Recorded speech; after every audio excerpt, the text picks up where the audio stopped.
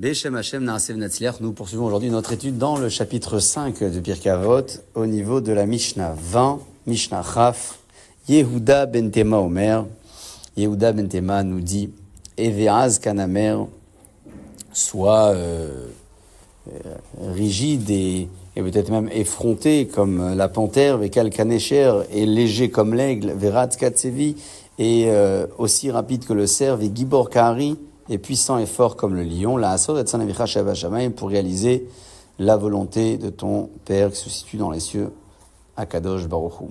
Vous connaissez certainement cette Mishnah qui est devenue populaire par sa présence à la fin des Korbanot, la lecture des sacrifices dans la prière quotidienne le matin avant le passage de Hodou. Un passage dans lequel le maître Yehuda, fils de Tema, nous rappelle la conduite à tenir pour pouvoir observer et respecter la Torah convenablement.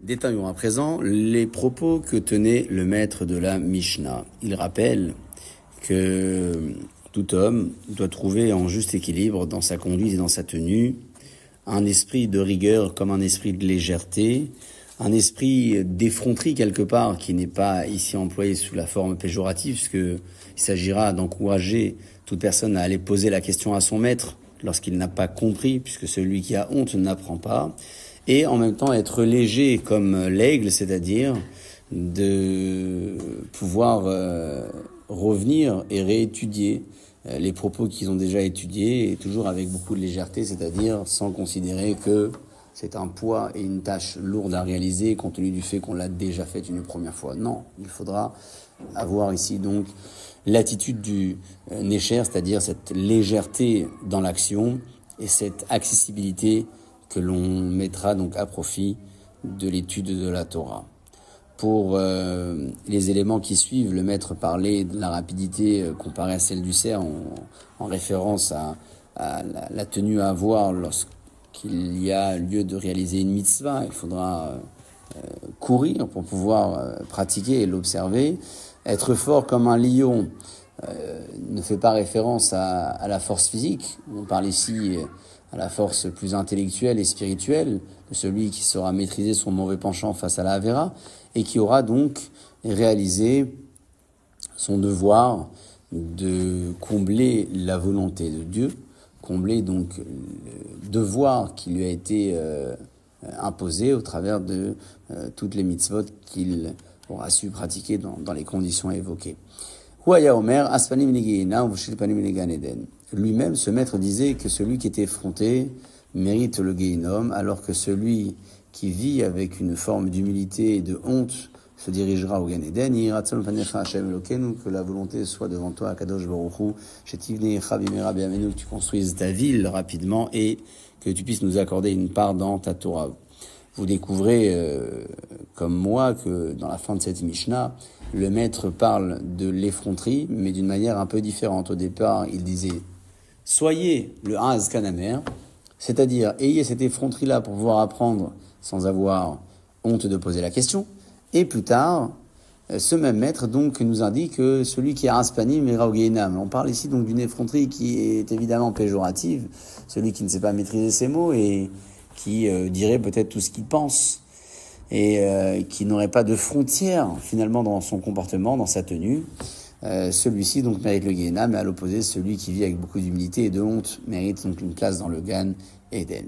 Rouaya Omer, ce même maître disait, Yehuda ben Tema disait, Ben Chamesh Shanim le Mikra, à l'âge de 5 ans, nous abordons l'étude de la Torah écrite. Ben Esser la Mishnah, à l'âge de 10 ans, c'est l'étude de la Torah orale qui commence à être pratiquée. À l'âge de 13 ans, nous sommes imposés de respecter les mitzvot. Ben Chamesh Esser la Talmud, à 15 ans, c'est l'étude du Talmud dans sa profondeur qui sera pratiquée. Enfin, à 18 ans, c'est l'âge du mariage. À 20 ans, il faut courir à présent pour gagner sa vie. À 30 ans, c'est l'âge de la force. À 40 ans, c'est l'âge de la bina, de la sagesse, de cette capacité-là à développer une chose au travers d'une autre. Ben Chamishim Laetza, à 50 ans, c'est l'âge du conseil. 60 ans, l'âge de la vieillesse. À l'âge de 70 ans, nous parlons de la seva. Seva, c'est un chemin qui conduit l'homme vers une sagesse de vieillesse, cumulée l'une à l'autre. Et enfin, 80 ans est l'âge de la Gévoura, de la force, de l'expérience. À 90 ans, c'est l'âge de la Chouar, c'est-à-dire que la personne marchera en étant courbée. Et enfin, conclut le maître de la Mishnah en disant qu'à l'âge de 100 ans, Keiloumet, il est comparé au mort, Ve'avar Batel Minaolam, qui a disparu et qui n'est plus ici sur la terre. Précisons ici que le maître nous indique, au travers de quelques références, combien l'homme doit considérer chaque étape de sa vie comme une étape de progression qui lui permettra de se constituer un bagage qu'il apportera avec lui dans les étapes à venir, à l'image de Sarah et Menou, pour qui la Torah témoignait qu'elle avait quitté ce monde à l'âge de 127 ans, en rappelant que chacune de ces étapes de vie a été pour elle une occasion de grandir, et le bagage qu'elle avait réussi à se constituer dans ces étapes-là l'avait accompagnée dans les étapes suivantes, comme ça explique le Rav Hirsch dans la parashat Chaye Sarah. Nous avons bien évidemment des indications pour étudier la Torah écrite, la Torah orale, mais aussi des références donc importantes pour la vie matérielle de l'homme, lorsque le maître notamment nous rappelle ici qu'à l'âge de 20 ans, il faut aller courir derrière sa parnassa. Il ne parle pas simplement du fait qu'un homme doit travailler pour gagner sa vie, mais il dit surtout que cette étape vient après les étapes précédentes, c'est-à-dire après avoir étudié la Torah écrite, orale et le Talmud également, peut-être pas dans sa totalité certainement, mais au moins de l'avoir abordé. Il faut à présent donc subvenir aux besoins, puisque monsieur s'est marié à l'âge de 18 ans, comme il était d'usage à l'époque, et il doit donc à présent nourrir ses enfants, sa famille. À l'âge de 30 ans, c'est l'âge de la force, puisque les Lévi'im, en référence, eux, portaient le Mishkan à cet âge-là. 40 ans, c'est l'âge de la Bina. On voit ça dans le discours de Moshe Rabbeinu, qui a parlé au peuple d'Israël après les 40 ans du désert, et il leur a dit « Et Akadosh Baruch Hu ne vous a pas accordé le cœur pour comprendre et les yeux pour voir et les oreilles pour entendre jusqu'à aujourd'hui. » Donc on voit bien que Moshe Rabbeinu tient ce discours après 40 ans d'errance dans le désert au peuple d'Israël. À l'âge de 50 ans, c'est l'âge du conseil.